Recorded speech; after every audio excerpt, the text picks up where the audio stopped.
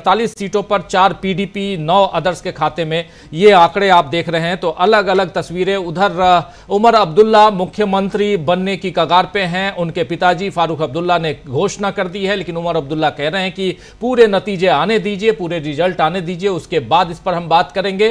तो एक तरफ जम्मू कश्मीर तो साफ साफ दिखाई दे रहा है कि जहां पर पूरा का पूरा स्टेक लगा हुआ था, पूरी की पूरी मशीनरी काम कर रही थी नरेंद्र मोदी सरकार की, वहां पर नरेंद्र मोदी को, उनकी पार्टी को, उनकी सरकार को हार मिली है। भले जम्मू रीजन, और जम्मू रीजन में भी बीजेपी को यहां खुश होने की जरूरत इसलिए नहीं है प्रशांत टंडन जी, क्योंकि यहां पर आप देखिए कि बीजेपी पिछली बार 25 सीटों के साथ आई थी, जबकि उस समय और अब में फर्क यह है कि उसी रीजन में 6 सीटें परिसीमन के बाद बढ़ा दी जाती हैं, डिलिमिटेशन के बाद 6 सीटें बढ़ जाती हैं, और अभी 29 पर ये लीड करती हुई बीजेपी दिखाई दे रही है। कैसे यहां जम्मू कश्मीर को देखा जाए, कैसे यहां के इन नतीजों, जो नतीजे आ रहे हैं उनको देखा जाए, और यहां से क्या जो हरियाणा का मामला है उस पर थोड़ा सा उस जख्म को थोड़ा अगर कहें तो सहलाने के हिसाब से कांग्रेस और उनके सहयोगियों के हिसाब से जम्मू कश्मीर के नतीजे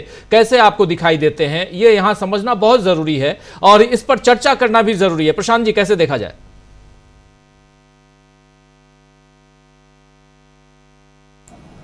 जम्मू कश्मीर के चुनाव बहुत अहम थे। 10 साल बाद वहां चुनाव हो रहे हैं और निश्चित तौर पे जम्मू कश्मीर के लोगों ने 370 के हटाए जाने के विरोध में फुल स्टेट हुड के पक्ष में वोट दिया है और उन पार्टियों को वोट दिया है।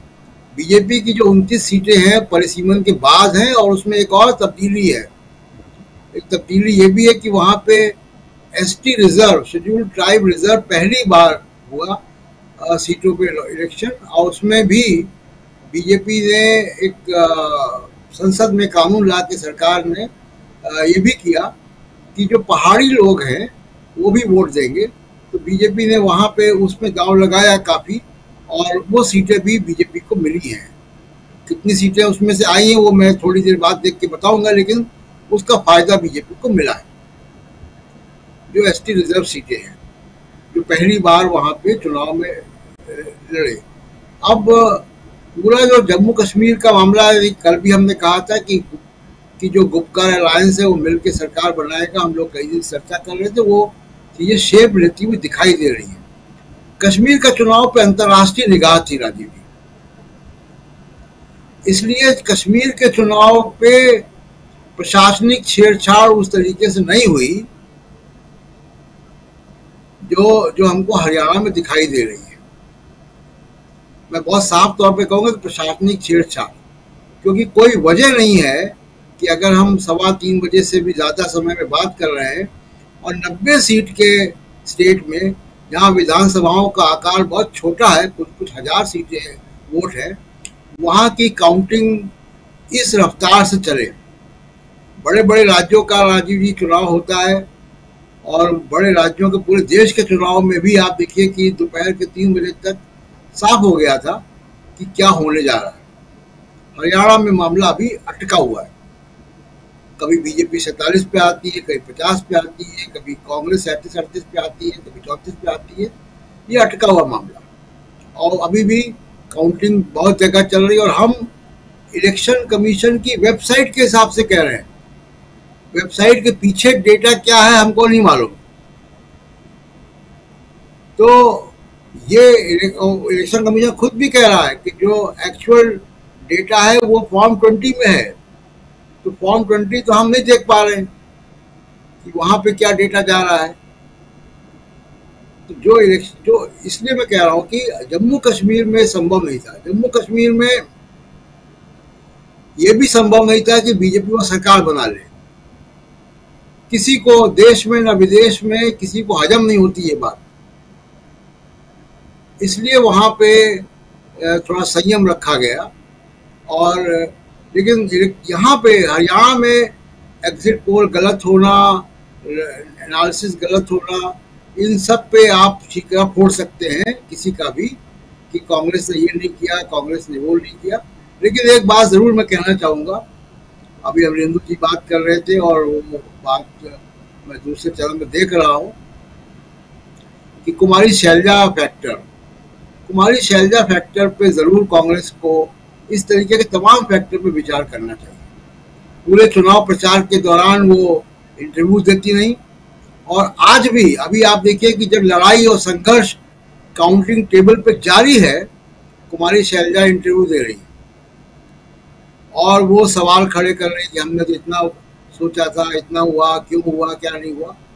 अभी कांग्रेस के नेता और प्रवक्ता इस बात पे लड़ रहे हैं कि चुनाव आयोग धीमे कर रहा है, वो चिट्ठियां भेज रहे हैं, रिप्रेजेंटेशन दे रहे हैं, उनके प्रवक्ता आके कह रहे हैं कि मेरे पास डेटा ये आ रहा है, और उन्हीं की पार्टी की महासचिव जो है वो गोदी मीडिया में जाके इंटरव्यू दे रही है। उनको ये सोचना चाहिए कि सरकार अगर वहां बीजेपी की बनेगी और बनी जाएगी जैसा दिख रहा है, तो उनके इंटरव्यू का क्या मतलब होगा। उनके इंटरव्यू देने से पॉलिटिकल करियर नहीं बनता है, पॉलिटिकल करियर बनता है सरकार बनने से। वो सरकार बनती वहां पे अगर कांग्रेस की, तो उनकी भी उसमें स्टेक्स होती, उनके भी लोगों को मंत्री बनाया जाता, या ऑलरेडी उनको भी कांग्रेस हाईकमांड कह सकती थी कि चलो ठीक है, इनको भी कंसीडर करो। रेस में थी वो, लेकिन उन्होंने ये तय किया कि उनको इंटरव्यू देने हैं।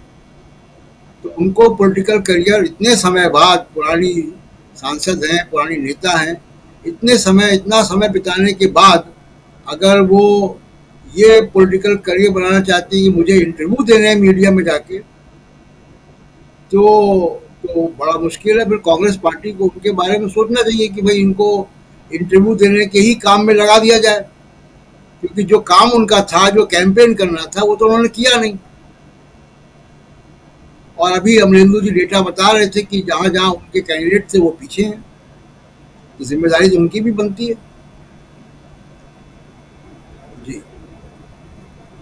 जी है। और सबसे बड़ी चीज जो अभी आप शुरुआत में कह रहे थे कि एक तरफ 90 सीटों वाली विधानसभा जम्मू कश्मीर की और दूसरी तरफ 90 सीटों वाली ही विधानसभा हरियाणा की, 90 सीटों में उधर जम्मू कश्मीर में 74 सीटों के नतीजे आ चुके हैं, जबकि यहाँ हरियाणा में मात्र 21 सीटों के नतीजे आए हैं। तो आप समझ सकते हैं कि यहाँ 90 में से 21 सीटों के ही नतीजे मात्र आए हैं और 69 सीटों के नतीजे अभी आना बाकी है, जबकि उधर 74 सीटों के नतीजे। जी प्रशांत जी कुछ जोड़ रहे हैं। जम्मू कश्मीर के बहुत सारे इलाके पहाड़ी क्षेत्र है, दुर्गम स्थान है,